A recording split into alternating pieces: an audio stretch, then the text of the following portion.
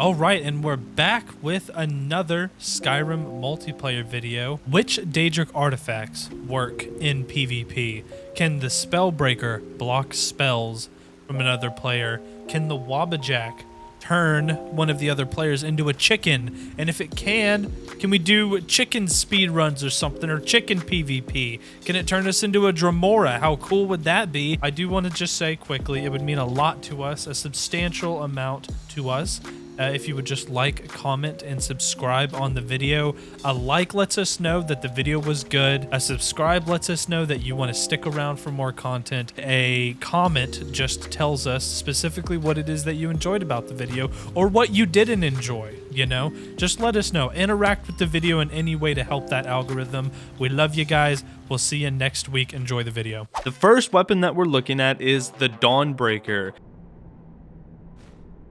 A new hand touches the beacon. It has a base damage of 12 and burns for 10 points of damage. Upon killing an undead, it does a fiery explosion that damages undead and causes them to flee. This effect also works on vampires. The weapon already benefits from having the attack speed of a one-handed sword, but to also have a fire damage enchantment, this thing is perfect for PvP. The real question we wanted to answer was, does this work better if the opposing player is a vampire? Let's see the results. I want to see if it changes my numbers here. Okay, so I went down to 74, so that does, what, 26 damage? Okay, so I'm a vampire, I believe. It's not attacking you. That's kind of weird. Yeah, that's Was one that attack. That was one? Yeah, that's one attack. Okay, so it works. it does like double damage if the player is set to. Okay, do it one more time. Yeah, it does literally double damage. So, that's such insane. Okay. Yeah, that's Let's see awesome. if I can cause the fire explosion now. That's so funny. Skyrim There belongs you go. to the mud crabs, bro. That was cool, man. It did the fire explosion too. Okay, so everything about the Dawnbreaker works in PvP if you're a vampire. Our next weapon is Mehrunes Razor, a personal favorite of mine. The effect is very simple. It has a 1% chance to instantly kill whatever you're attacking, and we want to know if it works on players. Okay, so I'm gonna hit you once. So, I mean, it does okay damage. Yeah, I think that'll kill me before it fucking, like, actually instant one-shots me. It has to work eventually.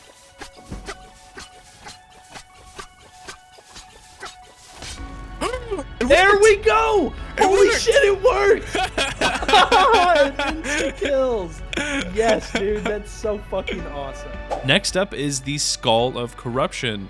It does 20 damage at range, and if it's charged with dreams, it instead does 50. One thing we noticed is that the tracking on this staff appears to be much better. Oh, how did that hit me?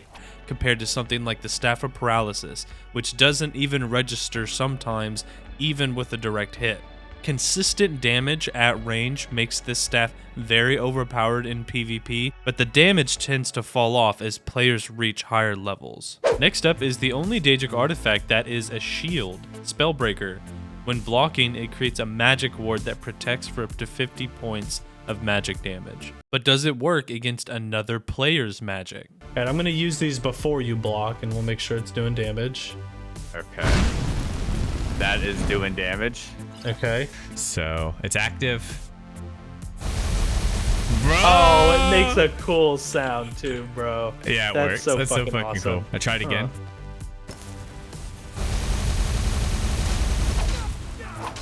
Hell yeah, dude. Okay.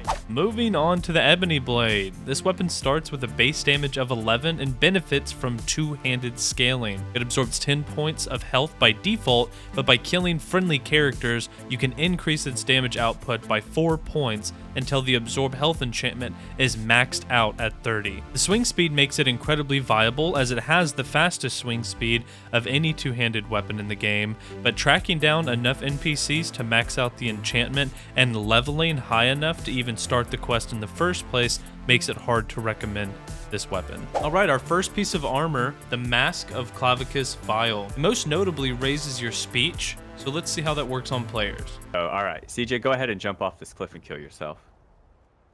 I'm not gonna do that. All right, let's try that with the mask on. CJ, go ahead and jump off. While we're on the topic of armor, let's try the Ebony Mail. If you sneak near an enemy, they take 5 points of poison damage per second. Go ahead and sneak. All right. Oh, it's not poisoning me. Let me check my health. Maybe. Yeah. Nothing. Nothing. What if I hit you? Okay. That does sneak damage. Nothing still? Ultimately, this doesn't work because the mod doesn't recognize Paul or myself as an enemy. This also causes problems with the Sanguine Rose. And then I'm going to see if I can get it to attack you. Is that dealing damage? It's hurting me, but it's not. Yeah, there's 2 of them, by the way. Did you summon 2? No, what the fuck? Oh, you summoned 1 for me. Look, this one's mine.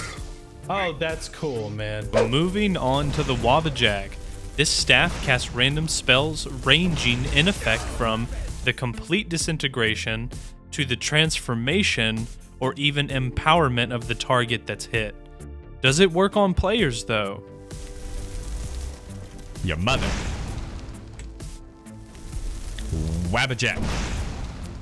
Okay, this is actually kind of anticlimactic. Wait, where'd you go? Oh. Did it work? Crashed. Oh, it worked! Yes, it was a disappointment, but the amount of time the mod authors would have to put in to make this thing functional probably isn't worth it, especially since they are unpaid mod authors, and we wouldn't even have access to multiplayer or PvP in the first place without them. The last 2 we'll go over are the Mace of Molag Bal and Volendrung. Due to their slow swing speeds, they are not optimal for PvP. The overall jankness of the PvP causes a lot of attacks to miss players, and the slow swing speeds just can't keep up. However, both the damage stamina from Molag Bal's mace and absorb stamina effects do work if the attacks are able to connect. The remaining artifacts don't serve any real purpose in PvP, with the exception of the Ring of Hersing, and that's only really if you're using your werewolf transformation. It looks like you made it to the end of the video. Again, a like, comment, and sub would mean the absolute world to us. You know, it's hard out here for small channels on YouTube. I wanted to give a quick shout out to the Biscuit Heads. Becoming a member is a great way to help support the channel, and you get an additional upload each week. A list of the benefits are actually in the description if you're interested. On the members channel, I'm currently working on an Atomic Heart Let's Play, and Paul is working through a Let's Play on Icarus. So we also make updates on new tech and upgrades we get for the channel, such as new hardware, and even some more personal stuff like stories from our personal lives. So if we get a chance to see you again next week, thank you. But if not, I sincerely appreciate the time that you've spent with us today. Later.